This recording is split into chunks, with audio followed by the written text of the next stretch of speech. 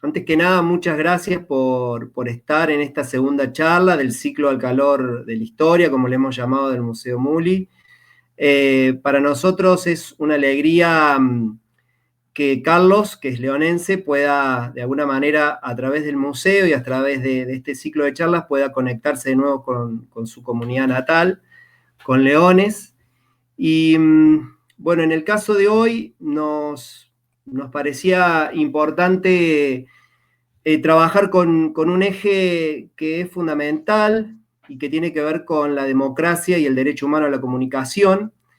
La charla justamente se llama Otras Voces, pasado y presente de los medios alternativos. En particular, en esta oportunidad queremos reconocer el valor de la comunicación como derecho humano y profundizar sobre un tipo de comunicación que va más allá de la órbita del mercado y del Estado, a la que muchos denominan comunicación alternativa o comunicación del llamado tercer sector, y que involucra especialmente a ONGs y asociaciones civiles sin fines de lucro. En ese sentido, desde la perspectiva que nos hemos planteado trabajar como museo, nos interesa relacionar justamente a la comunicación como derecho humano y vincularla con el artículo 19 de la Declaración Universal de los Derechos Humanos, el cual asegura que todo individuo tiene derecho a la libertad de opinión y de expresión, y que este derecho incluye el de no ser molestado a causa de sus opiniones, el de investigar y recibir informaciones y opiniones, y el de difundirlas sin limitación de fronteras por cualquier medio de expresión. Sabemos que hablar de comunicación va mucho más allá de lo expresado en este derecho específico, y que siempre implica producción de sentidos a través del diálogo, la autonomía y la participación de la ciudadanía en el marco de la democracia. Por lo tanto, consideramos a la comunicación como una herramienta de enorme poder para la transformación social, para la educación, para el empoderamiento de sectores que por diversas causas suelen quedar excluidos o atraviesan limitaciones para opinar y expresar sus voces. De allí justamente el nombre de este encuentro. Para profundizar sobre todo este proceso que implica comunicarnos y por ende encontrar nuevos modos de relacionarnos como sociedad, hoy invitamos a Carlos Gassman, periodista nacido en Leones en 1962. Haciendo un breve resumen de su trayectoria, les contamos que Carlos egresó como periodista de la Universidad Nacional de La Plata, fue profesor e investigador en las Universidades Nacionales de La Plata y Quilmes, actualmente es profesor titular de Teoría de la Comunicación 3 en la Universidad Nacional de Buenos Aires, publicó libros, capítulos de libros y artículos en revistas especializadas del país y del exterior. Comenzó a ejercer el periodismo a los 15 años y desde 2002 hasta el presente es editor de la revista La Pulseada, que después vamos a compartir el link para que la puedan conocer.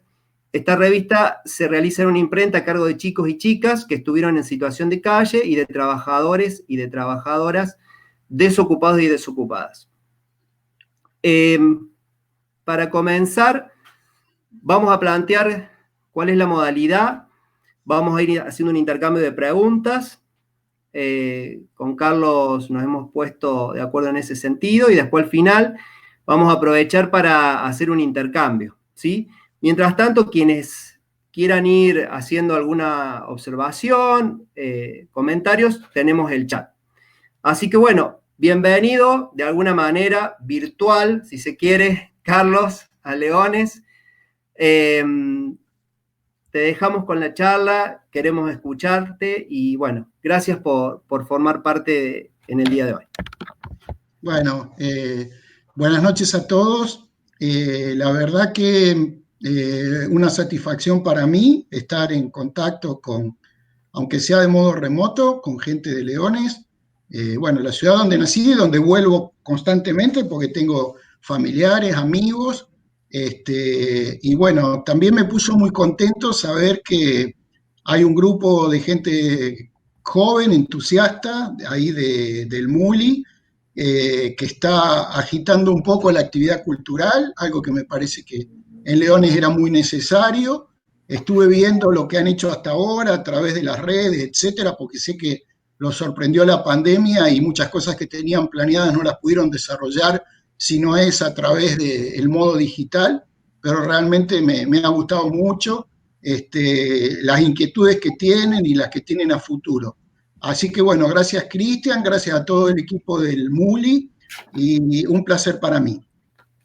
Bueno, un poquito como decía Cristian, en principio habría que decir que la especie humana es la de un ser social, gregario. Desde que tenemos noticias, los hombres siempre han vivido en grupos y por lo tanto siempre ha existido la comunicación.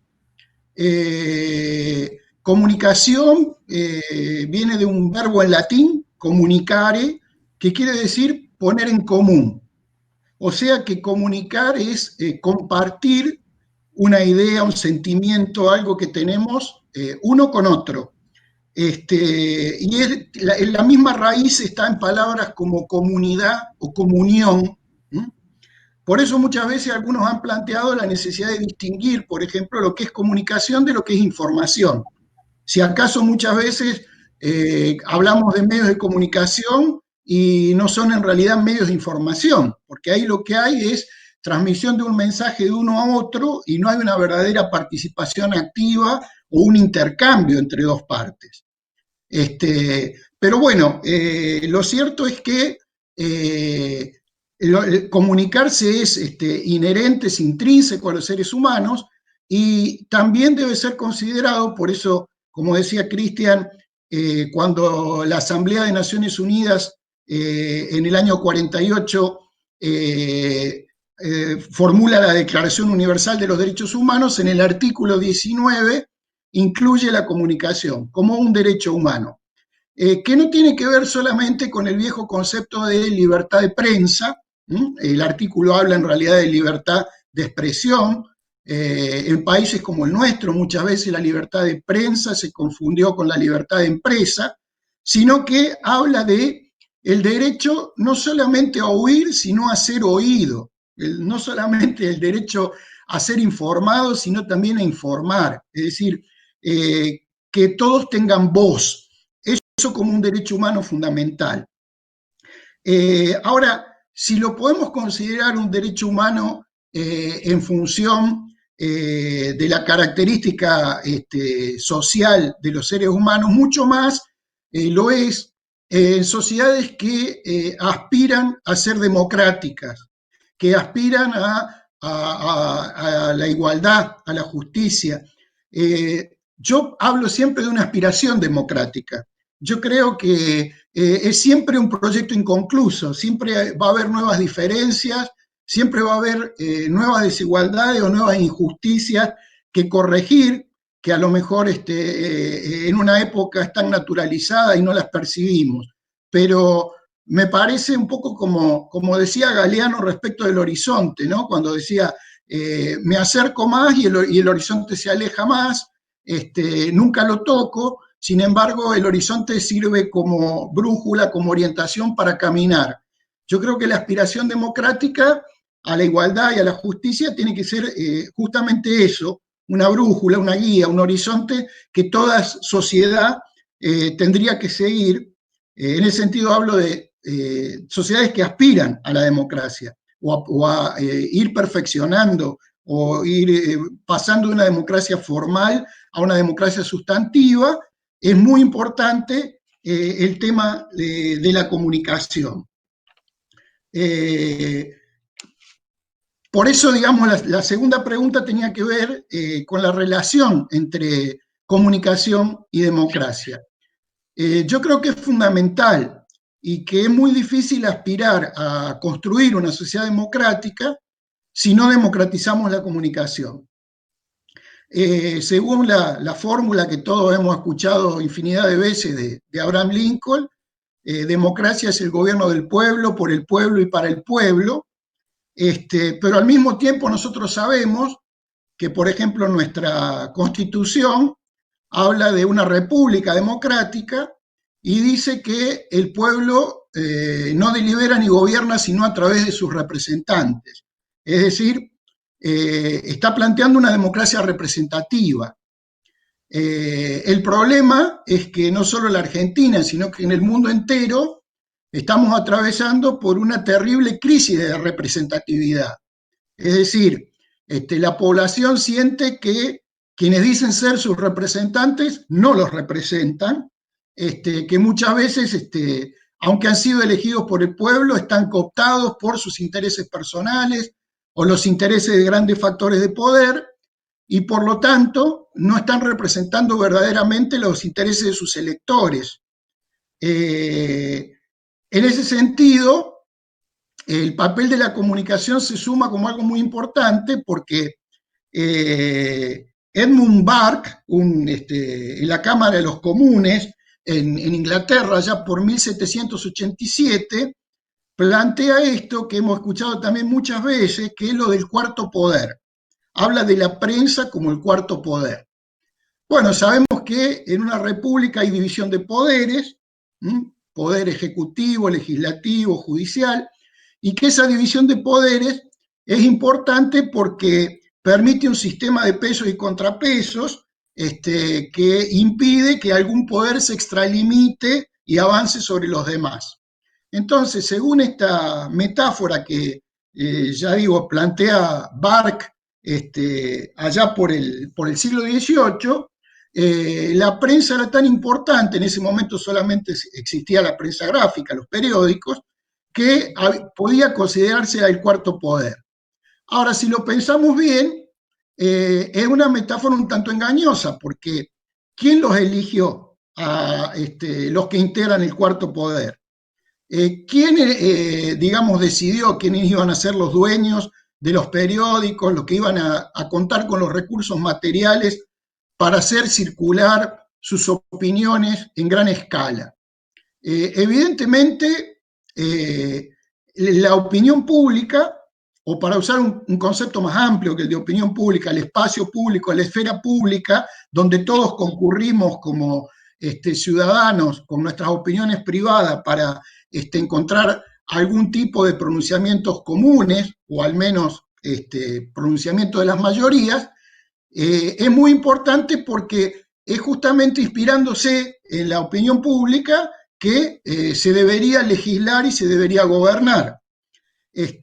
Ahora, es todo un problema cuando, digamos, esa opinión pública, como ocurre en sociedades como la nuestra, tiene que pensar, tiene que opinar, tiene que representarse acontecimientos de los que prácticamente ninguno de nosotros puede participar personalmente, o rara vez puede participar en persona, sino que son acontecimientos de los que nos informamos a través de los medios de comunicación. Es decir, debatimos sobre Vicentín, bueno, yo nunca estuve en Reconquista, es a través de los medios de comunicación que yo me entero qué es lo que está pasando allí, bueno, de las distintas miradas que ofrecen distintos medios de comunicación, que por cierto son perspectivas muy distintas unas de otras.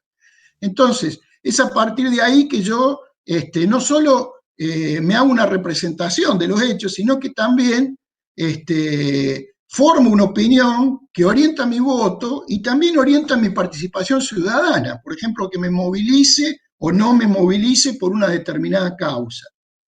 En ese sentido hay que decir que en otros países hay mecanismos de democracia directa, como el plebiscito, la consulta popular, el referendo, que están previstos en nuestras leyes, pero que entre nosotros prácticamente no se utilizan. Es decir, yo una sola vez me acuerdo de haber votado en un plebiscito que era no vinculante, que fue la aceptación o el rechazo al Tratado de Paz con Chile respecto del diferendo limítrofe por el canal de Beagle, bajo la presidencia de Alfonsín, a fines del año 84. Pero no ha habido nunca, luego de entonces, un plebiscito, una consulta popular, un referendo, que son formas de ejercicio de la democracia directa. Por ejemplo, hoy hay un gran debate en torno a la despenalización del aborto, y uno se pregunta por qué, como ha ocurrido en otros países, esto no podría ser objeto de una consulta popular vinculante, es decir, que la mayoría de la población participe y defina qué es lo que quiere hacer a través de respecto a estos temas. no solamente esto ocurre en democracias con mucha historia, también ocurre en Latinoamérica. Por ejemplo, Uruguay ha hecho muchos plebiscitos y muchas cuestiones muy importantes. Por ejemplo, si privatizar o no grandes empresas públicas, si avanzar o no en la amnistía respecto de los crímenes de Estado cometidos por la dictadura uruguaya, etcétera. En Uruguay hubo plebiscitos y fue la propia población uruguaya la que tomó las decisiones. Por supuesto que esto no es garantía de acertar, digamos. No es que los pueblos nunca se equivocan. El tema es que la democracia es el sistema donde las únicas que tienen derecho a equivocarse son las mayorías. Y no hay, con todas sus deficiencias, no hemos podido construir ningún sistema mejor. ¿Mm? Ahora bien, esto de que rara vez se apele a esta forma de democracia directa, hace que el peso de los representantes, por ejemplo, en este caso de diputados, senadores que sancionan las leyes, de los que están a cargo del Poder Ejecutivo, etcétera, sea cada vez mayor, en el marco de, como decíamos, una enorme crisis de representatividad, que no solamente es en la Argentina, que nos excede, pero que de cualquier manera también nos toca. Yo creo que una manifestación clarísima de esa crisis de representatividad fue la crisis de 2001, ¿no? Que termina con aquella jornada recordada del 19 y 20 de diciembre de 2001, 39 muertos, un presidente que se va en helicóptero, 4 presidentes en 40 días, y bueno, ahí la consigna de la población, en medio de los cacerolazos, las marchas, el corralito, los bancos que retenían los depósitos, era que se vayan todos. O sea, mayor evidencia de crisis de la representatividad que esa, una expresión más sintética y más contundente de la crisis de representatividad en la que vivimos, que se vayan todos, es muy difícil de encontrar. Entonces, decíamos, la ciudadanía participa eligiendo cada tanto a sus representantes, movilizándose, ejerciendo algún tipo de presión a través de la opinión pública. Ahora, ¿cómo se informa para formar una opinión que se traduzca después en un voto, en una movilización, en algún tipo de expresión? Bueno, los insumos se los proveen fundamentalmente los medios de comunicación. Y nos encontramos, sí. Discúlpame. En ese sentido, te invito, si también querés profundizar un poquito cómo se fueron conformando esos sistemas de medios de comunicación a nivel mundial, a nivel de Argentina. Bien, perfecto. Bueno, digamos, los medios de comunicación tradicionales existen desde antiguo, primero, digamos, los medios gráficos, diarios en el sentido que los conocemos hoy, digamos, con publicidad, que se venden en un kiosco, se distribuyen a través de un canillita, existen aproximadamente de 1830. Antes había una prensa política que tenía otras características, con más fuerza a fines del siglo XIX, Estados Unidos, la gran competencia entre Hearst y Pulitzer. De paso, ahí nace lo que se llama conocemos como periodismo amarillo, ¿no? Uno de los diarios de Hearst, para atraer público, empieza a incluir historietas, como conocemos hoy, por ejemplo, en la contratapa de los tabloides, y una de esas historietas era el pibe amarillo, The Yellow Kid, y como digamos, apelaban a todo tipo de recursos, por ejemplo, el sensacionalismo, hablar mucho de crímenes, noticias morbosas, escabrosas. Bueno, de ahí que viene esto de llamarle a ese tipo de periodismo, tipo crónica entre nosotros, periodismo amarillo, por aquella historieta. Pero bueno, a principios en la década del 10 del siglo pasado, del siglo XX, empiezan las transmisiones experimentales de la radio, y ya en la década del 20 empieza a crecer de una forma muy acelerada la radio como medio de comunicación electrónica. Estamos a pocos días de un acontecimiento muy importante, porque el 27 de agosto, o sea, dentro de 21 días, se va a celebrar el centenario del nacimiento de la radio en la Argentina. El 27 de agosto de 1920, 4 amigos que se conocen como los locos de la azotea, porque hacen una transmisión desde la terraza del Teatro Coliseo en Buenos Aires, de una ópera Parsifal de Wagner que se estaba cantando en el Colón, hacen la primera transmisión de radio en la Argentina. O sea, en poquitos días la radio en la Argentina va a cumplir un siglo. Algunos dicen que fue la primera transmisión en el mundo. Es difícil de precisarlo porque al mismo tiempo hubo en varios lugares. Pero bueno, la radio va creciendo de manera aceleradísima. También hay transmisiones experimentales de televisión y, digamos, la televisión se vuelve un medio masivo y penetra en todos los hogares, fundamentalmente desde fines de los 50 y durante la década del 60 en distintos países del mundo. Al finalizar la Segunda Guerra Mundial, vemos cómo se organizan distintos sistemas nacionales de comunicación. Por un lado, digamos, tenemos el modelo norteamericano, el modelo comercial, donde hay propiedad privada de los medios de comunicación, los canales, las radios son de particulares, la financiación es a través de la publicidad, los contenidos no necesariamente son de buena calidad, porque lo de que se trata justamente es de atraer audiencia con el recurso que sea. Por eso muchas veces, por ejemplo, respecto a la televisión, que durante décadas fue el medio más importante, uno suele preguntar, ¿qué es lo que produce un canal de televisión? Y la primera respuesta que a uno le sale es, bueno, produce programas de televisión. Y en realidad uno le dice, bueno, no, lo que produce es audiencia para que cueste más caro el segundo de publicidad, audiencia para ofrecerle a los anunciantes. Es decir, el programa poco importa en la televisión comercial, que es un negocio, sino que lo que importa es tener altos puntos de rating, porque de esa manera se cobra mucho más caro el segundo de publicidad y el negocio resulta más lucrativo. De allí Showmatch, Tinelli y ese tipo de cosas a las que estamos acostumbrados como contenido de la televisión comercial.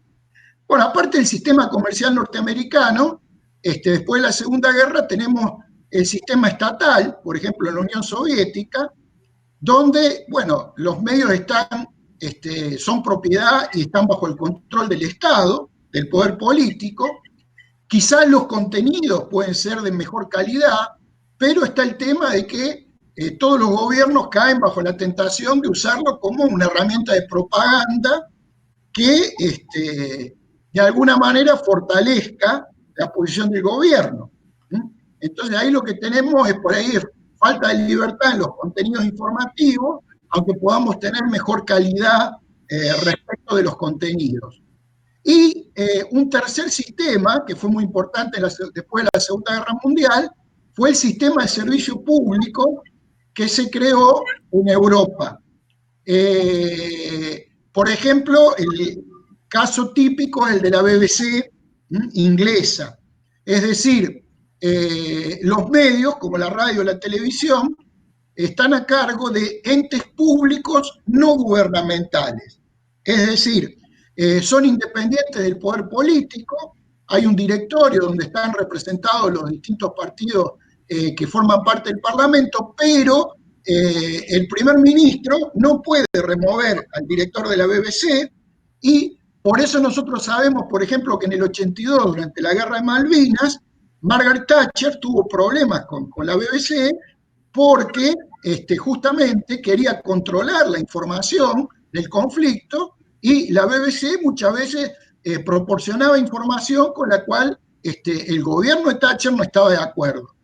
Ahí tenemos un modelo muy interesante, digamos, se financia a través de un impuesto, por ejemplo, cuando uno compra un aparato de radio o un aparato de televisión, paga un impuesto y, digamos, hay alta calidad de contenidos y al mismo tiempo hay mayor independencia del poder político.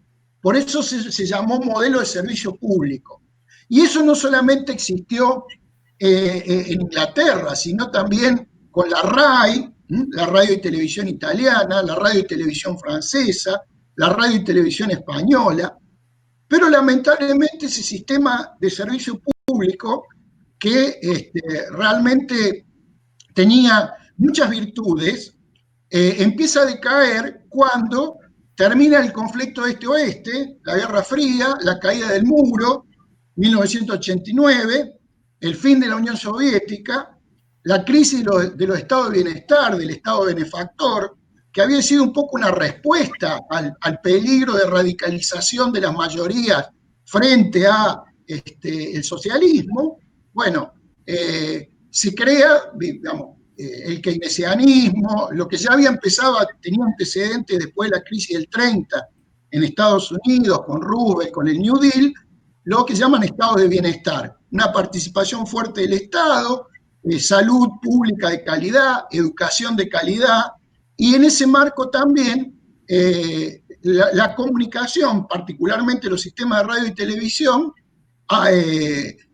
en propiedad y bajo el control de entes públicos no gubernamentales. Cuando, digamos, cae el muro y viene la ola neoliberal de capitalismo salvaje, porque ya no hay contrapeso del otro lado, esto es, digamos, con Margaret Thatcher primero en Gran Bretaña, con Ronald Reagan después en Estados Unidos y después en distintos lugares del mundo, digamos, sobreviene un capitalismo salvaje, las privatizaciones, el cuestionamiento al papel del Estado, y bueno, en los medios de comunicación, también en los europeos, entran con fuerza los medios privados.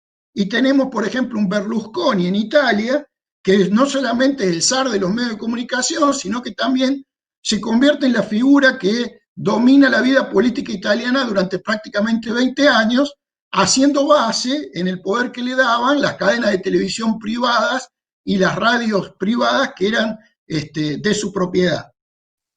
Entonces, ¿qué pasó en la Argentina mientras tanto?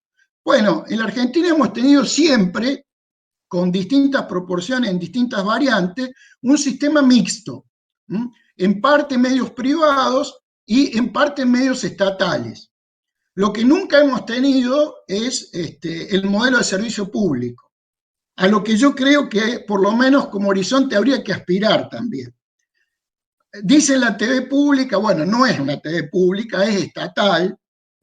Digamos que siempre está la mayor o menor tentación de los gobiernos de tener algún control político sobre los medios estatales, que terminan siendo en mayor o menor medida gubernamentales, lo cual no significa desconocer que juegan un papel importante, que ha habido en los últimos años, por ejemplo, de parte del Ministerio de Educación, la creación de un canal como Encuentro, que realmente es un canal excepcional, con alta calidad de contenidos, pero bueno, lo que tenemos es que, digamos, las grandes corporaciones, los grandes medios, los que congregan a las mayores audiencias, son medios privados en manos de grandes grupos económicos.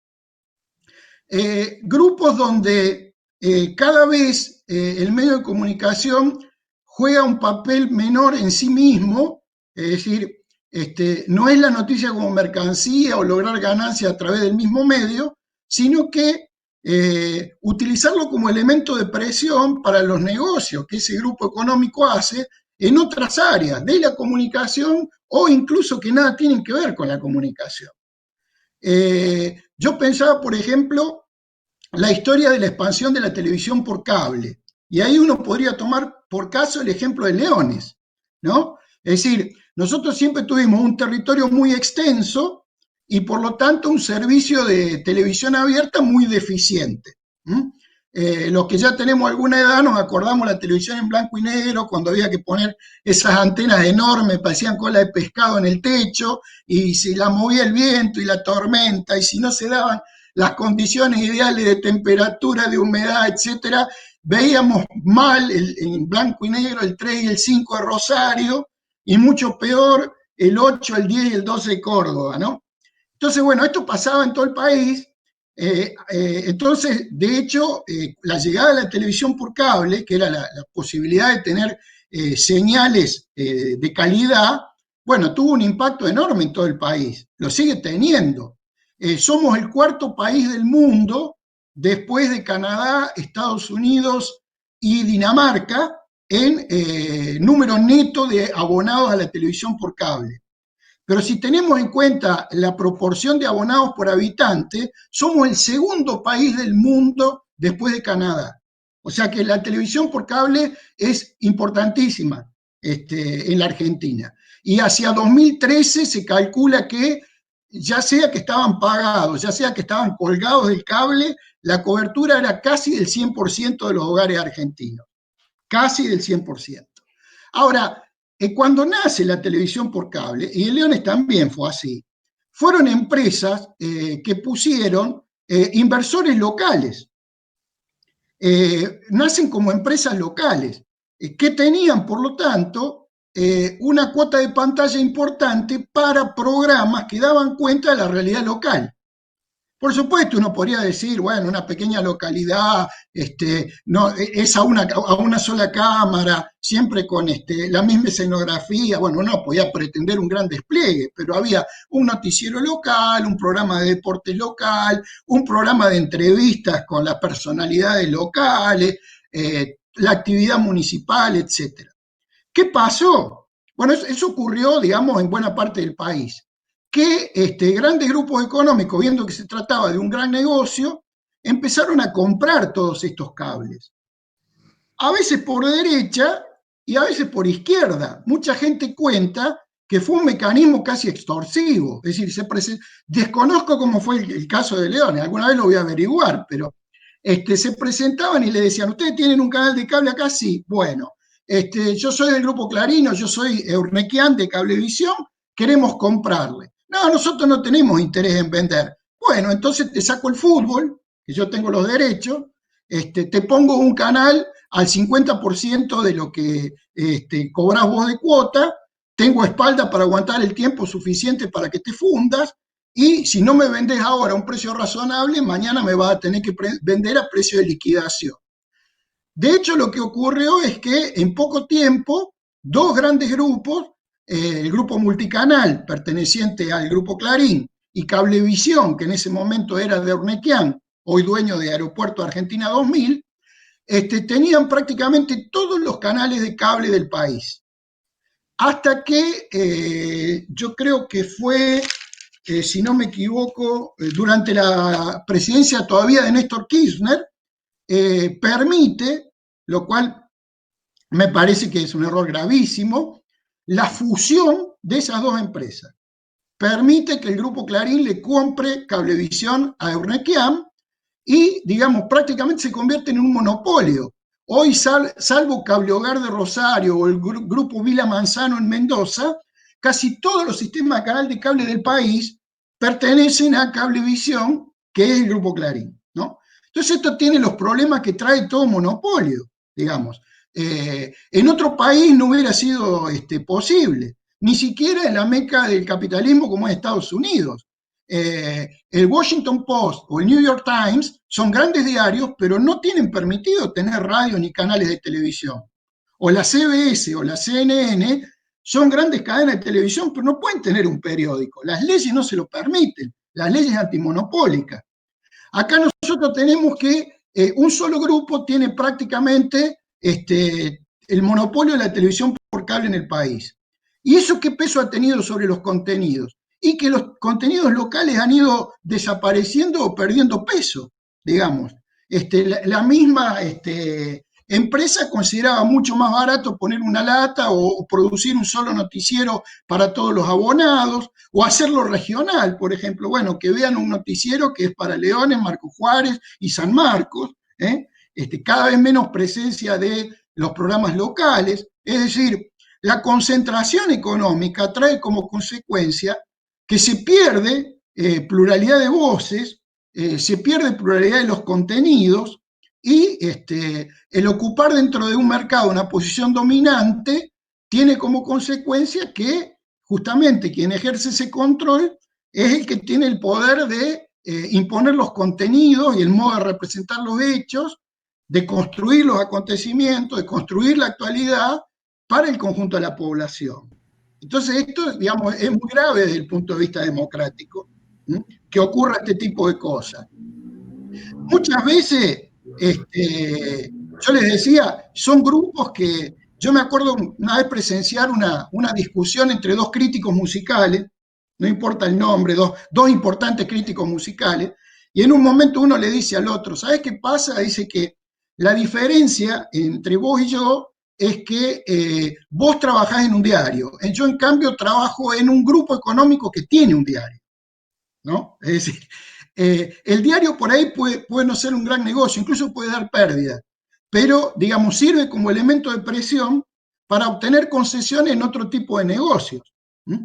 En la ciudad donde estoy ahora y donde vivo, en La Plata, por ejemplo, hace más de 20 años que el Consejo Deliberante, por unanimidad, dictó una ordenanza diciéndole al grupo Cablevisión que el tendido del cable tenía que ser subterráneo, porque nunca pusieron postes, utilizan los postes de teléfono, los postes de luz, y bueno, es un peligro la cantidad de cables que hay cuando uno mira para arriba, ¿no es cierto? Pues todos los cables de todos los servicios. Entonces, bueno, el Consejo Deliberante decidió que estaban obligados a hacer el tendido de la televisión por cable o de la fibra óptica para ofrecer otro servicio, lo que sea, de modo subterráneo. Claro, esto suponía para la empresa un gasto, una inversión. Jamás lo hicieron, hace 20 años. Y ningún intendente se animó, aunque han cambiado de signo político los intendentes, de obligarlos a hacerlo, porque está la amenaza explícita o implícita, mirá, te hacemos una campaña en contra, te acusamos de corrupto, empezamos a hablar mal de vos, de manera que nunca nadie, ningún intendente acá de La Plata ha tenido la fuerza suficiente para obligar a cumplir esa ordenanza. Y ahí siguen los cables colgados junto con los de teléfono, los de luz y todos los demás servicios. Entonces, esto es una muestra de lo que yo digo, cómo ha cambiado la situación, porque ya no importa tanto como negocio en sí mismo, sino como nave insignia de un grupo económico que tiene detrás otros intereses, digamos. Y esto Carlos, es un daño muy severo para la calidad democrática. Es Ca- difícil, digamos, construir una sociedad democrática si no democratizamos la comunicación. Carlos, en este repaso que vos hiciste y que en particular ahora estabas hablando de los años 90 y de la concentración económica y cómo eso involucró, en particular en Argentina, un cambio y una concentración también traducida a nivel mediático. Con el correr de las décadas y de los años, en realidad, surge una gran crisis en el país que casi todos creo que recordamos, que es la crisis del 2001, y que de alguna manera hay un clic allí, o al menos empiezan a visibilizarse más y a sentirse como herramientas realmente los medios alternativos de comunicación, y teniendo en cuenta todo este repaso histórico que vos hiciste de los tipos de comunicación, de cómo se organizan los medios de comunicación, bueno, acá estas otras voces, digamos, empiezan a tener un protagonismo. ¿Cómo se dio eso? ¿De qué manera llegamos hasta la actualidad con estos medios alternativos que responden a otras lógicas que no son las del mercado, digamos? Sí, es importante eso porque, digamos, lo que llamamos medios alternativos de comunicación, alter, otro u otra que representan otra comunicación, que maneja otra agenda de temas o que si toca los mismos temas lo hace con otros enfoques diferentes a lo de la prensa comercial, tiene una historia larga en el país, pero, digamos, empiezan a tomar todavía más protagonismo después de la crisis de 2001. Después de esa gran crisis, donde de alguna manera tocamos fondo, hubo, digamos, un gran caos político, económico, social, 39 muertos, hay una grande respuesta de la sociedad civil. Por ejemplo, aparecen los clubes de trueque, aparecen las asambleas barriales, que juegan un papel muy importante, y también aparecen muchos medios alternativos de comunicación. Yo pertenezco a uno que fue justamente respuesta a esa crisis, que es La Pulseada, de la que después, si tenemos tiempo, podemos hablar un poquito más en detalle, pero en realidad hubo muchos.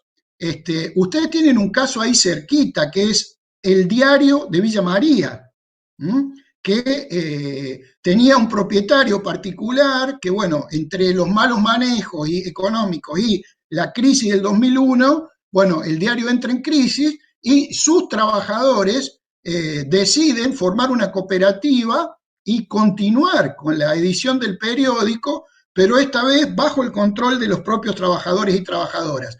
Ese sigue siendo el caso hoy del diario de Villa María. Hay pocos casos más en el país. El Independiente de La Rioja tiene una historia más larga, pero realmente se pueden contar con los dedos de la mano los casos que hay de diarios en papel, ¿no?, que operan en forma cooperativa. Pero aparecen, por ejemplo, infinidad de emisoras de radio.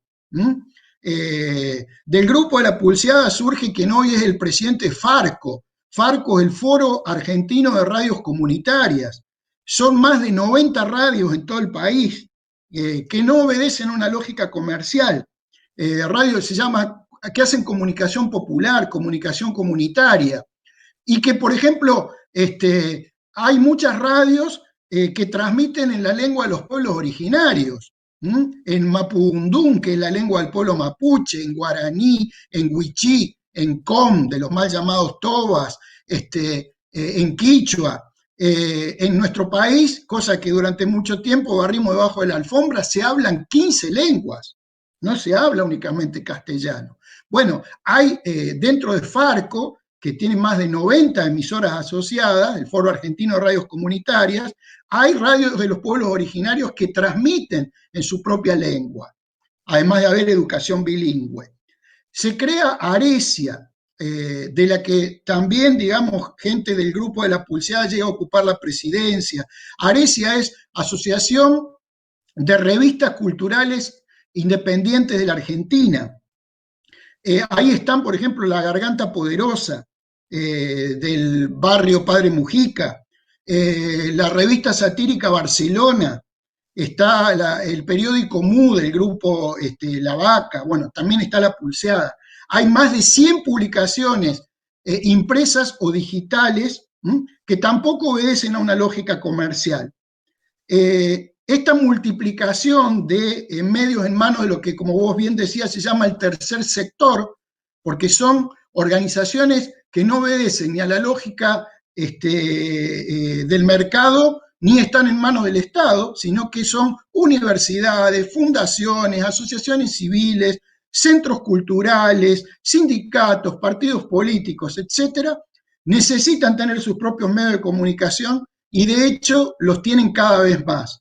Por supuesto que son de un alcance mucho menor, ¿no? Pero como hemos escuchado muchas veces, una gota es muy poco, pero con otras hace aguacero. Así que si sumamos las audiencias de toda esa enorme cantidad de pequeños medios que trabajan sobre todo en localidades o en regiones específicas, tenemos realmente un sector de la comunicación muy importante que hay que proteger y que hay que alentar, porque justamente van en contra, combaten esa concentración de las voces y promueven un pluralismo, una diversidad que es fundamental justamente para que nuestra sociedad mejore su calidad democrática.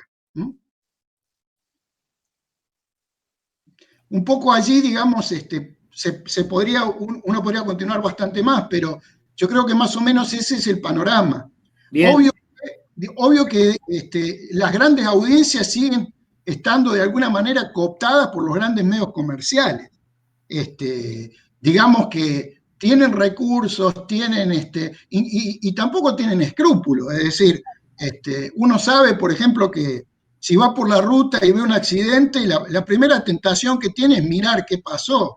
Digamos, ese morbo lo tenemos todos. Después a lo mejor no nos alcanzan los días para arrepentirnos de haber mirado eso tan desagradable que vimos. Pero bueno, con esa lógica del escándalo, del morbo, etcétera, también, digamos, los medios comerciales logran convocar una cantidad enorme de audiencia. Y hoy, digamos, vivimos una situación donde realmente se ha permitido por parte del poder político una concentración tal de las empresas mediáticas que eso hace que, digamos, la posibilidad de que la opinión pública tenga insumos plurales, diversos, para representarse los acontecimientos y formar una opinión y canalizarla después a través del voto, de la movilización o de distintas formas de participación popular, se ven muy acotados. Carlos, si querés profundizar después, lo haces, pero para cerrar un poco el tema de los medios alternativos, en cuanto al futuro ahora, ¿cómo te lo imaginás vos formando parte de medios alternativos? ¿Qué rol te imaginás del futuro, no tan lejano, digamos, el futuro cercano en Argentina en particular? ¿Cuál es el principal aporte? Y de alguna manera, ¿qué perspectiva tenés? ¿Van a ir creciendo? ¿Están en crecimiento? ¿Cuál es tu idea en ese sentido? Bueno, digamos como que la pandemia es más que una pandemia. A mí me parece que nosotros estamos en el medio de una crisis civilizatoria. Hay algo que está crujiendo, es decir, este modelo de globalización, que fue sobre todo una globalización financiera, pero no otra cosa, ha puesto en evidencia que íbamos por un camino completamente equivocado, digamos, derecho hacia el abismo, y si no se pone el freno de mano a tiempo, ¿no? Es el conjunto de la civilización la que puede arrancar. Por ejemplo, muchos países se encuentran con que esta situación eh, los sorprende con el sistema de salud pública desmantelado. Entonces, tenemos la situación de países como Chile, como Perú, donde no hay capacidad del sistema sanitario o no hay recursos de la población para pagar la salud privada y se multiplican los muertos. El número de muertos por COVID por millón de habitantes es elevadísimo. Pasó en Ecuador, pasó en Perú, pasó en Chile. Acá con muchísimos sacrificios intentó de alguna manera recuperar el sistema de salud pública, pero en un momento pasamos a tener una Secretaría de Salud, no teníamos Ministerio de Salud. ¿eh? Triste privilegio que compartíamos con 5 o 6 países africanos. Prácticamente no había países en el mundo donde salud no tuviera rango de ministerio. Entonces, lo que esto pone en evidencia es que es imprescindible cambiar y que esa suerte de estado de benefactor que se había creado después de la Segunda Guerra Mundial y que la ola neoliberal destruyó, tiene que ser reconstituido de alguna manera. Necesitamos crear igualdad de oportunidades.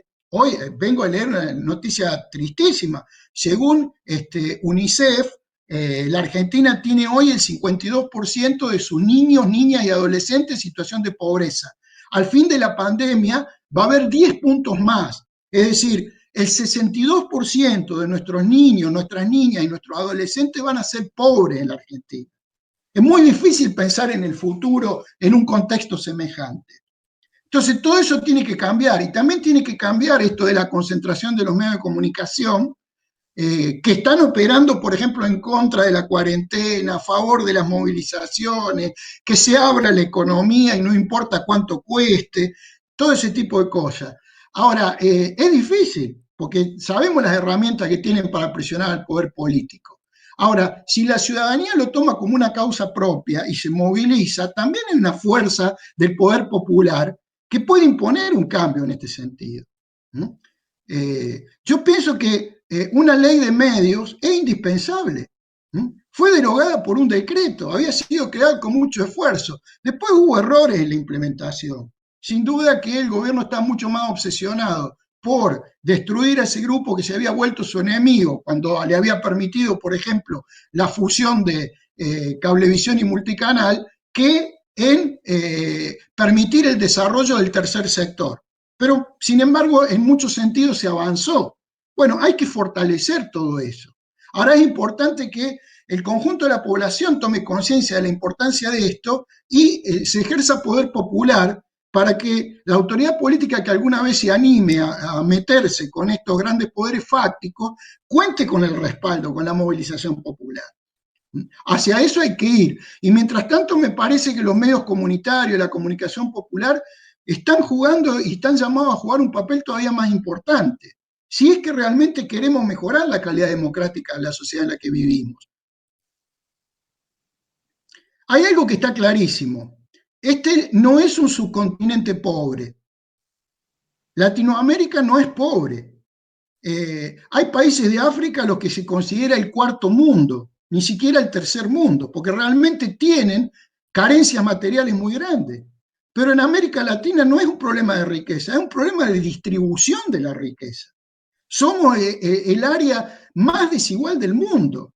La diferencia de ingresos entre el 10% de la población que más gana y el resto es enorme. En ningún otro lugar del planeta es tan grande la desigualdad social. Y esa desigualdad social es la fuente de la mayoría de nuestros problemas.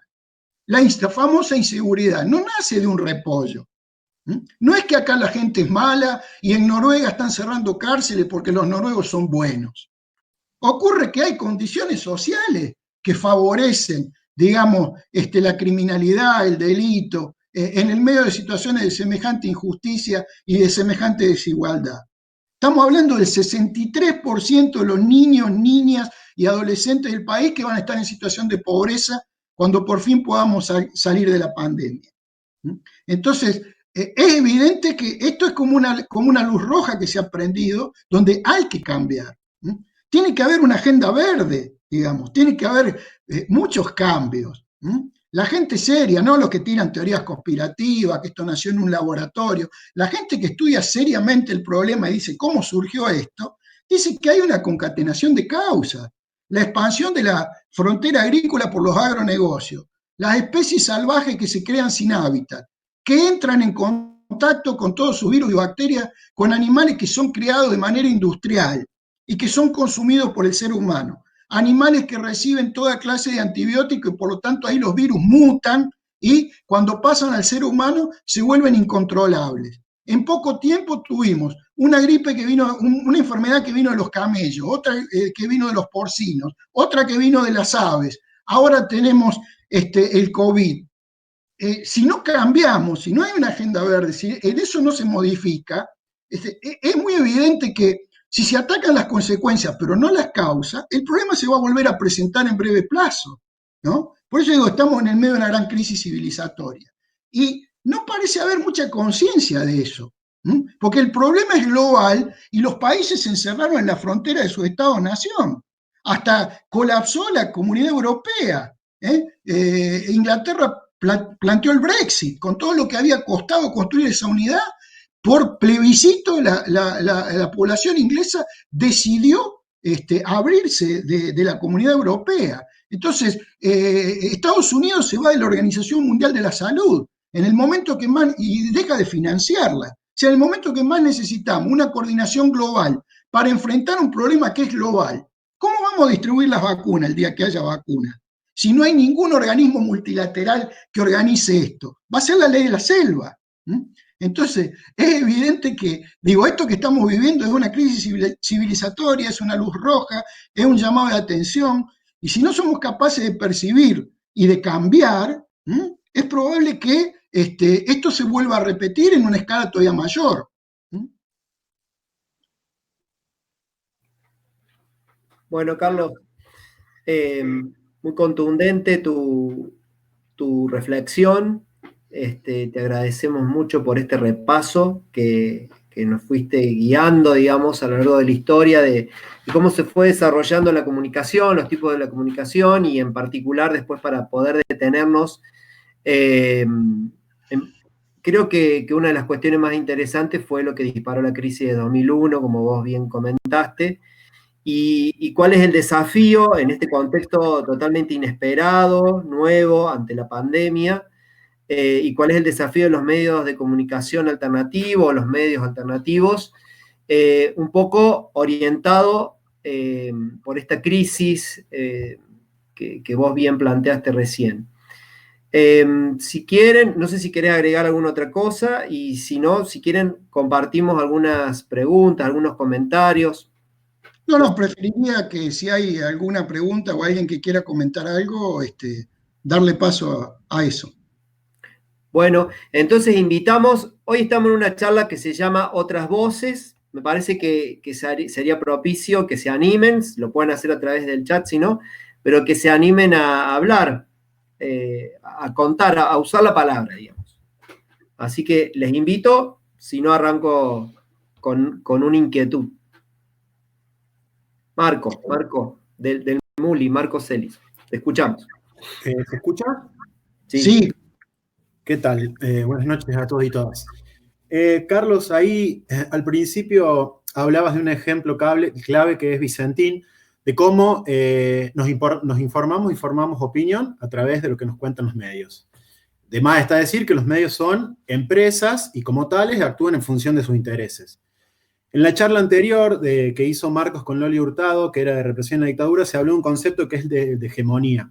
Y cómo un poco juega esto, ¿no? De que ciertos sectores de la sociedad asumen valores o culturas que no son de ellos, pero lo asumen como propio porque se imponen a través de una alternativa de los medios. ¿Cuál es la manera de disputar la construcción del sentido común en una claramente desigualdad? Habiendo una instancia en la que se estuvo muy cerca de equiparar el espectro de voces, que es la ley de servicios de comunicación audiovisual. ¿Cómo se hace hoy cuando no hay herramientas y cuando este tipo de grupos o corporaciones está lleno de herramientas, digamos, radios, canales, revistas? ¿Cómo se hace? Bueno, si yo tuviese una respuesta clara y contundente para darte, probablemente no estaría acá, estaría ocupando algún sillón.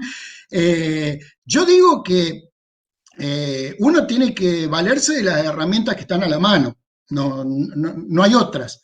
Y que, digamos, de alguna manera crear conciencia y movilización y que de parte de las mayorías haya, de alguna manera, presión para que esto cambie es fundamental. Es decir, hay cosas que podemos hacer a nivel individual, apoyando los medios comunitarios, siendo receptores críticos de la información que recibimos, desde el punto de vista de la educación, por ejemplo, favoreciendo la capacidad crítica, por ejemplo, desde la educación pública, para que no sean consumidores dóciles de los medios comerciales, para que puedan ver, ¿no?, que si hay un grupo que tiene bonos de la deuda, por supuesto que no quiere que se llegue a un arreglo respecto de la deuda externa que implique quita de capital o de intereses. Si ellos tienen bonos de la deuda. Ahora ellos no informan diciendo, nosotros como parte de los que tienen bonos de la deuda, no, te dicen que hablan en nombre del bien común, ¿no es cierto? Ahora, por todo eso necesitamos. Vos hablabas recién de un concepto que me parece muy importante y que se usa mal, que es el de hegemonía. Hegemonía es un concepto de Antonio Gramsci, ¿no es cierto? Si dicen medios hegemónicos, no son medios hegemónicos, son medios dominantes. Hegemonía supone una lucha. Gramsci era un gran lector de Maquiavelo, y Maquiavelo, que funda la ciencia política moderna, ¿no?, dice que el poder es como el centauro, ese animal mitológico que es parte animal y parte humana. Dice, el poder tiene dos partes, es fuerza y es consentimiento. Por eso hay un capítulo del Príncipe de Maquiavelo donde él le da consejo a Borgia, al futuro soberano, que se titula de si es mejor ser temido que amado o amado que temido. Es decir, para que te obedezcan, ¿qué es mejor? ¿Que te quieran o que te tengan miedo? Y Maquiavelo dice, y un poco de las dos cosas, pero si me tengo que quedar con una, mejor que te tengan miedo, ¿no? Mejor ser temido que... Pero en principio son importantes las dos cosas. Bueno, lo que Gramsci dice es que en la conquista del poder juegan un papel importante las dos cosas, ¿no? El poder tiene que ser percibido como un poder legítimo. Y hoy hay una crisis de legitimidad enorme. No reconocemos a los poderes como poderes legítimos. Esa es una crisis de hegemonía.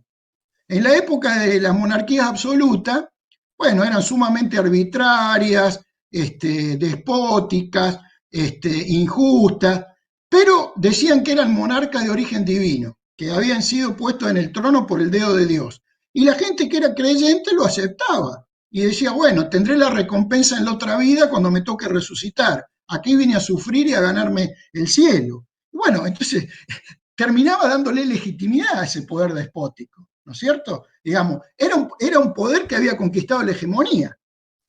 Hasta que, bueno, sabemos que viene la guillotina y se termina esa etapa, por lo menos en algunos lugares. ahí anda el rey de España, creo que por Dominicana se ha ido, no está muy claro. Pero, digamos, lo que queda es la fuerza del poder popular, que se tome conciencia de la importancia de esto y que, digamos, se presione a nuestros representantes para que verdaderamente representen nuestros intereses, que no son las de estos grandes grupos. Sé que es insatisfactoria la respuesta, pero creo que no hay muchas otras alternativas, digamos. El caso Vicentín es terrible, porque alguien dijo, es como si en el 2001 la gente hubiera salido a manifestar a favor de los bancos que le retenían los depósitos en el corralito. Si no están defendiendo una empresa que fugó dinero a través de Vicentín Paraguay, Vicentín Uruguay, vació la empresa, perjudicó a más de 2.000 productores, se quedó con millones de dólares del Banco Nación, que es de todos, que fueron otorgados discrecionalmente sin pasar por el directorio. Y bueno, movilizaciones a favor de Vicentín. Bueno, por ahí no estaban de acuerdo con que sea estatal. Habría que haber planteado otras alternativas, por ejemplo, que las cooperativas, que los acreedores capitalizaran sus deudas y hubiera un control mixto de la empresa, pero de ninguna manera uno puede entender esto de que uno salga en un Fiat Duna, con una bandera que dice todos somos Vicentín, si no es por el papel que juegan estos grandes medios, estos grupos económicos que controlan los grandes medios comerciales de comunicación, llevando a una construcción de la actualidad informativa que realmente no tiene que ver con los intereses de las mayorías, tiene que ver con los intereses de esos grupos.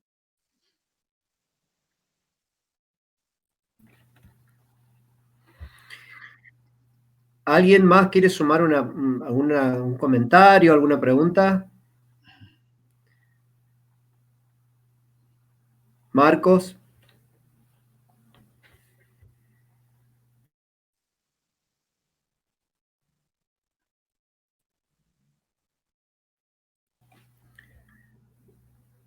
No se te escucha, Marcos. Mientras Marcos arregla... No se te escucha. Mientras Marcos arregla su micrófono para que pueda hablar, quiero contarte, Carlos, que habíamos... Sí, ahí está.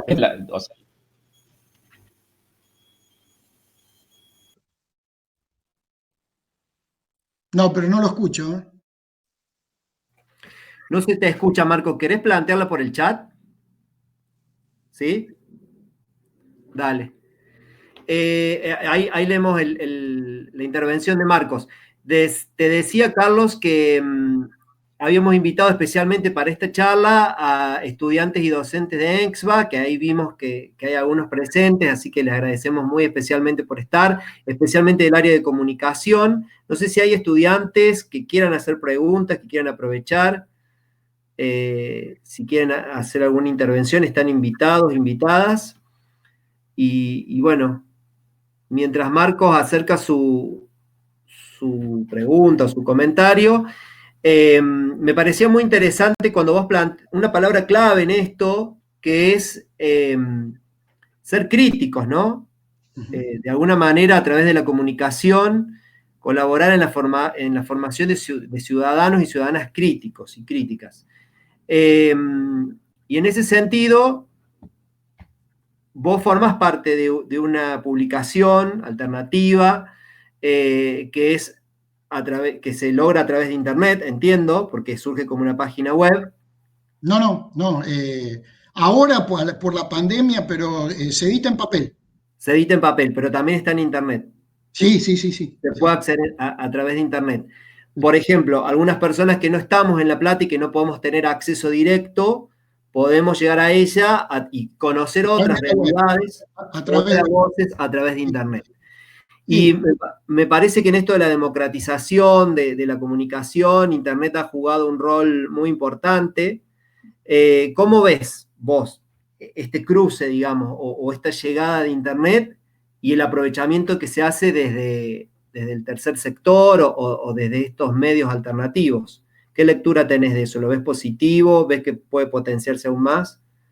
Bueno, yo creo que las llamadas nuevas tecnologías de información y comunicación, aunque ya no son tan nuevas, eh, hablamos bastante de los medios tradicionales, hablamos de periódicos, radio, televisión, pero por supuesto que hoy juegan un papel importantísimo los sitios web y las distintas redes sociales.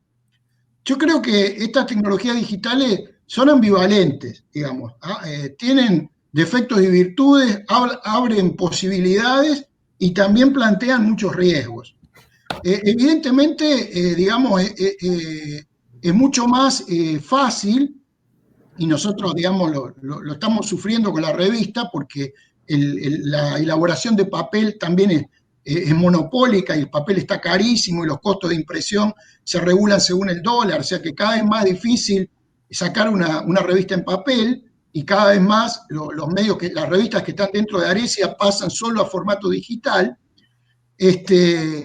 pero, digamos, abarata costos y si vos me preguntaras hoy, por ejemplo, a mí, bueno, quiero leer una revista, ¿qué me aconsejas? Yo creo que, por ejemplo, hay muy pocas revistas interesantes que se estén editando en papel.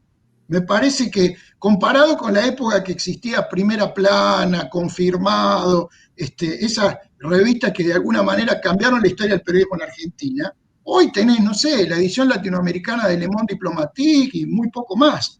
Pero en Internet hay revistas digitales que son realmente muy valiosas. Por ejemplo, Anfibia, que dirige un amigo, Cristian Alarcón Casanova, que, digamos, tiene que ver con la Universidad Nacional de 3 de Febrero, por ejemplo, El cohete a la luna, por ejemplo, Socompa, por ejemplo, La Tecla Ñ, en fin, hay una serie de revistas digitales que tienen un excelente nivel y a las que se puede acceder fácilmente. Por otro lado, ¿cuáles son las contras? Bueno, que sabemos que estas enormes corporaciones que manejan la web y las redes, bueno, hoy tienen más valor económico que el petróleo, por ejemplo, porque manejan la mercancía más valiosa que existe en este momento, que son los datos, y que no siempre hacen un uso santo de los datos, ¿no? No sé si no la vieron, les recomiendo un documental que está en Netflix, que se llama Nada es privado, que cuenta el caso de Cambridge Analytica. Cambridge Analytica es una consultora que asesoró a Donald Trump en su campaña electoral, que asesoró a los que estaban a favor del Brexit en Inglaterra y también asesoró en otros países, que utilizó datos de Facebook para tener los perfiles de cada uno de los usuarios. Facebook sabe mucho, o Twitter, o Instagram, sabe muchísimo de cada uno de nosotros, cada vez que damos un like, cada vez que hacemos una publicación, el famoso algoritmo, sabe cuáles son nuestras preferencias, y bueno, Facebook negoció estos datos y esta consultora los utilizó para difundir fake news, o sea, falsas noticias, campañas políticas, etcétera, etcétera. Esto significó que la justicia norteamericana le impuso a Facebook una multa de 5 mil millones de dólares. Es la multa más alta en la historia mundial. Nunca ha habido una. Sin embargo, ¿no? La empresa aceptó que había cometido un error, entre comillas, y pagó la multa, porque sus ganancias son tan extraordinarias que no tienen problema en pagar 5 mil millones de dólares. Entonces, hay toda una serie de riesgos, pero también hay ventajas. Por ejemplo, esta de hacer medios digitales que también tienen, para que ser de calidad, encontrar formas de financiamiento, y eso no es fácil, pero pueden llegar a mucho público y con unos costos muy menores a lo que es hoy el soporte papel, que se está volviendo imposible de financiar. Bien. Bueno. Marcos, no sé si está Marcos Ongini. A ver si me escuchan ahora. Sí, te escuchamos. ¿Me escuchan? Bueno, mejor porque estaba intentando escribir y es mejor preguntar. No, la pregunta es teniendo en cuenta, digamos, esta idea de hegemonía que planteaba Marco y la disputa de poder de los medios alternativos en la actualidad. Básicamente, digamos, me dirijo a preguntarte a vos, ¿cómo ves el rol de las juventudes con respecto a esto? Porque a nosotros nos tocó crecer en una generación donde entendíamos que, por ejemplo, ¿no? Voy a dar nombres y apellidos, Clarín o TN eran medios independientes del poder económico, del poder político, ¿no? Hoy por hoy, los jóvenes y las jóvenes que están en nivel secundario, yo te lo pregunto a vos, yo trabajo en nivel secundario también, pero me gustaría que compartas tu opinión. Y también, por supuesto, a nivel superior. ¿Cómo ven esto? ¿Tienen ya, digamos, lo ven de ese modo? O sea, que hay una discusión de estos medios, que se discuten estos medios, o está como, es una idea nuestra por haber vivido toda esa parte y después, un poco a partir de los últimos años, desenmascararlo, por decirlo así, a esos medios. ¿Están en esa dirección? Yo creo que consumen cada vez menos los medios tradicionales. Cada vez más están en las redes y que, digamos, bueno, ahí tiene que jugar un papel importante la familia, los docentes, etcétera, porque esto puede provocar un empobrecimiento del lenguaje, ya nomás el hecho de que Twitter te limita en la cantidad de caracteres, y sabemos que la relación estrechísima que hay entre lenguaje y pensamiento. En aquello que no podemos nombrar, no podemos pensar. Y si nosotros tenemos un vocabulario muy acotado, también nuestro pensamiento está acotado. Entonces, por eso digo que son cuestiones ambivalentes. Las redes son interactivas, uno puede participar, pero no necesariamente son enriquecedoras del pensamiento. Por otro lado, en el pasado uno investigaba un tema y tenía que ir a una biblioteca y buscaba en el fichero y a lo mejor sobre ese tema había 10 o 15 libros. Entonces se los leía y los fichaba. Hoy vos tenés acceso a través de la web a miles de documentos. Parece una circunstancia muy provechosa, pero el problema es que frente a 10 o 15 libros decía, bueno, me tomo el tiempo de leerlo, lo ficho, veo lo que sirve y lo que no me sirve. Frente a una catarata interminable de información, vos lo que sentís es impotencia. ¿Qué hago con todo esto?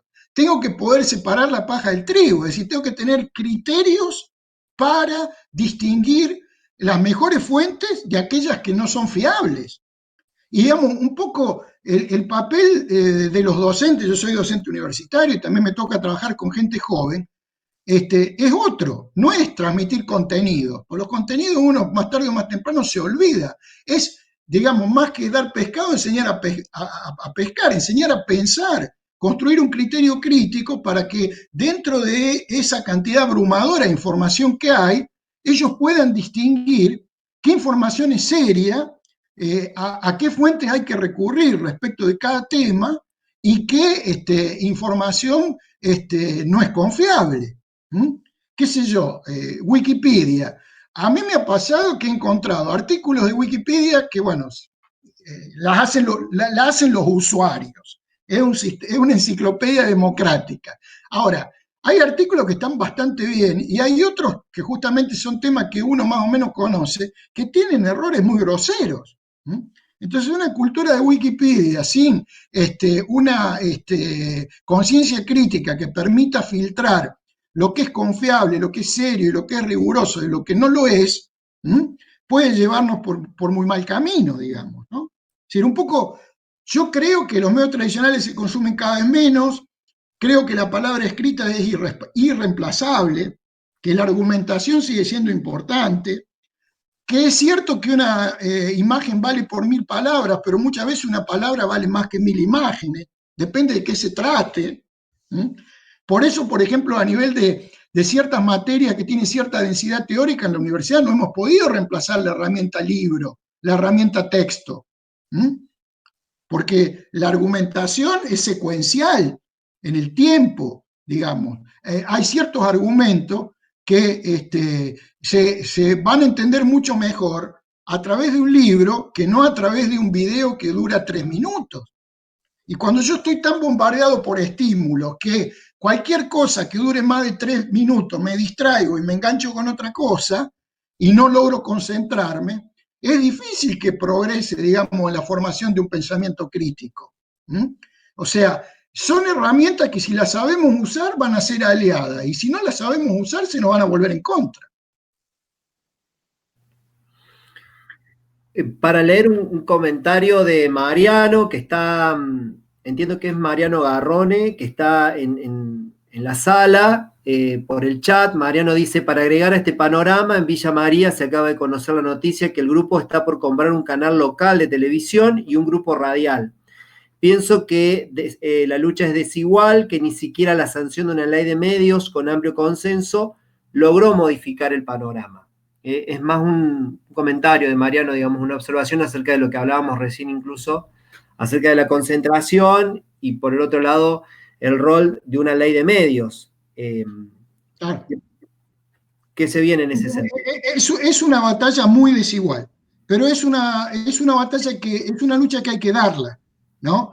Se parece un poco a la intifada, ¿no? Los palestinos tirando piedras con ondas y los israelíes avanzando con misiles y con tanques. Pero aunque sea una batalla desigual, es una lucha que todavía no tiene un resultado definitivo. Por lo tanto, es una batalla que hay que darla. Y no todas las señales son tan desalentadoras. Uno ve que de golpe programas que tenían un enorme rating se están cayendo, están perdiendo credibilidad. Entonces, bueno, será una batalla muy lenta. Yo insisto, el papel del poder político es fundamental para ponerle freno a la concentración, pero el poder político necesita en qué respaldarse. Si no, no va a poder con esos grandes poderes fácticos. Y en lo que se puede respaldar es en el poder popular. Si hay movilización, si hay de múltiples maneras participación popular para ponerle freno, va a ser posible avanzar en ese sentido. De otro modo, seguramente no.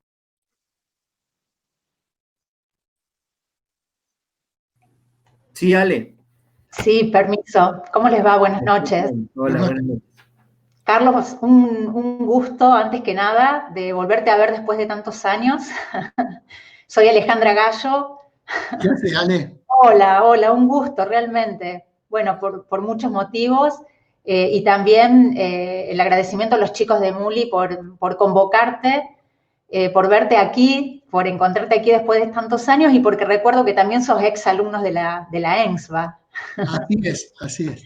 Bueno, no, nada, más que una pregunta, quería agradecer por el recorrido que hiciste, pido disculpas por haber ingresado a la sala más tarde, justo salía de otra capacitación que ya me había comprometido. No, y decirte que, bueno, me resuena mucho y me hace mucho sentido lo que recién incluso preguntaba Marcos con respecto a los jóvenes.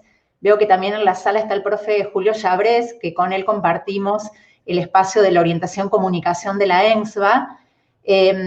Bueno, yo confío mucho en los jóvenes, en las formas que tienen de abordar la realidad, en las preguntas que se hacen más que en las respuestas.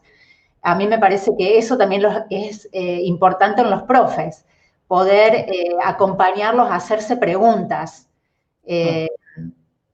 Así que bueno, yo eso, quería hacer mi aporte porque yo siento que los jóvenes están siendo muy críticos ante la realidad y yo lo valoro mucho, comparándolo quizás con mi generación y otras, creo que hay un cambio y a mí eso me parece sumamente esperanzador. Es cierto, es cierto. Y los cambios son lentos, pero sin embargo existen. Para mí es muy grato encontrarme con que fuera ahí del nuevo edificio de la EXBA, hay árboles y placas que recuerdan a los desaparecidos de Leones. A mí me tocó hacer todo el colegio secundario durante la dictadura, y no solamente en esos años, sino que durante muchos años ni siquiera se habló de ese tema. He llegado al parador de ómnibus y me he encontrado con carteles de las escuelas secundarias que dicen, si duele no es broma, es bullying.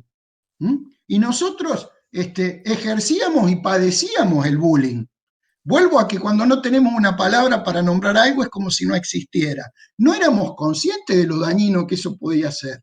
Y me encuentro con que en las escuelas de Leones hay campañas contra el bullying y ha habido casos concretos que han promovido jornadas de reflexión, me lo han contado docentes de la escuela respecto de chicos o chicas que estaban siendo objeto de bullying.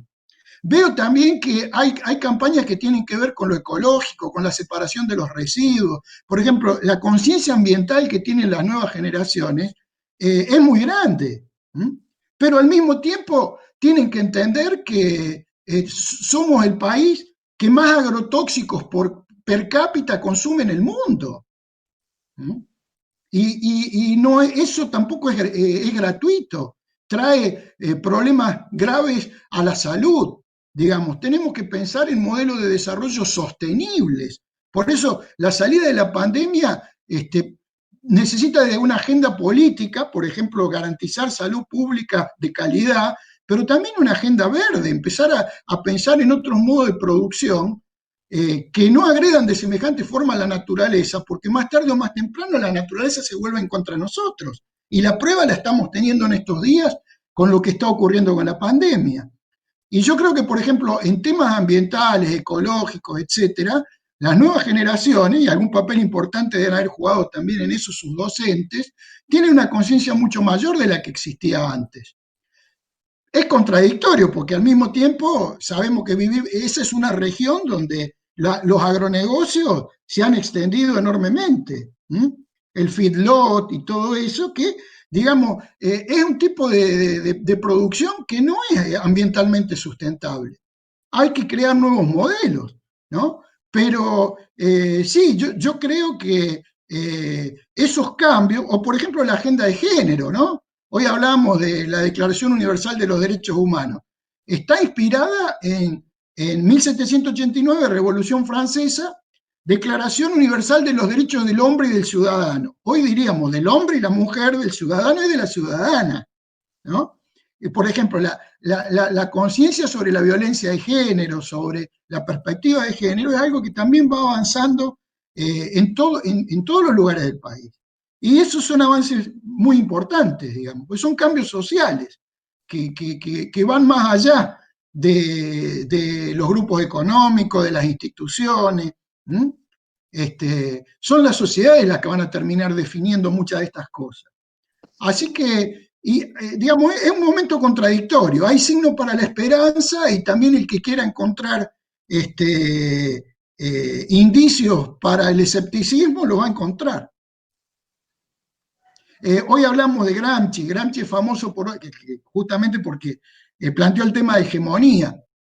Él escribió prácticamente lo más importante de su obra preso en la cárcel de Mussolini. Y él decía, pesimismo de la inteligencia, optimismo de la voluntad. ¿No? Es decir, aunque todo lo que veamos nos lleve a ser escépticos, pesimismo de la inteligencia, eso no es una justificación para que no peleemos para cambiar las cosas. Optimismo de la voluntad. Y bueno, me parece una consigna interesante para tiempos tan contradictorios y tan difíciles como los que estamos viviendo.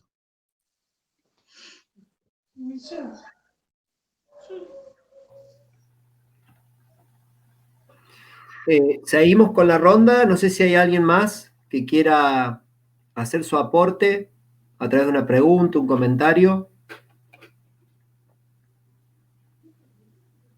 ¿No?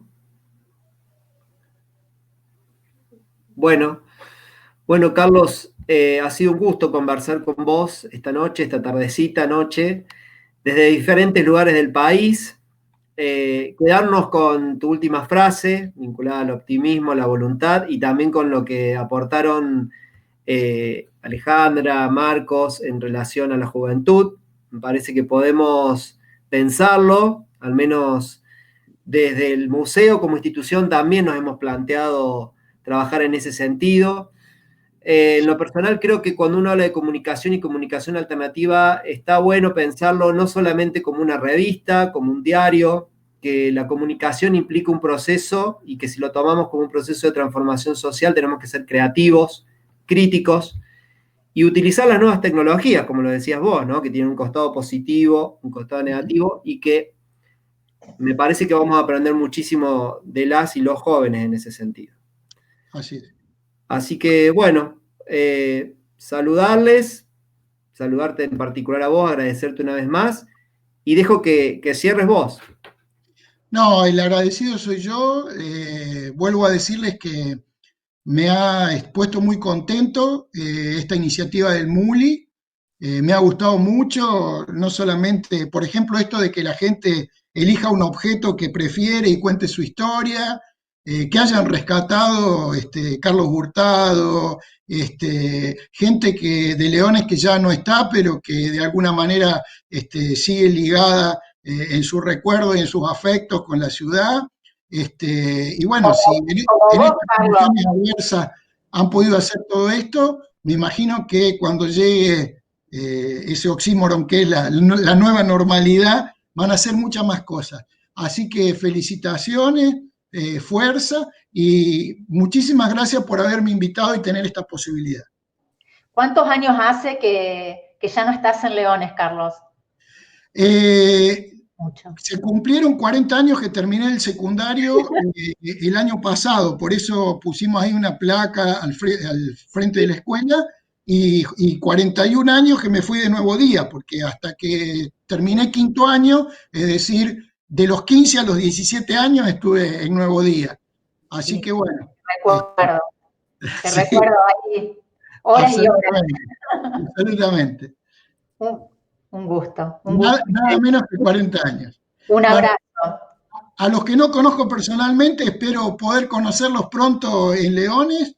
Y bueno, de mi parte, toda la colaboración que pueda prestarles para que este proyecto prospere, con todo gusto. Me va a encantar hacerlo. Chao.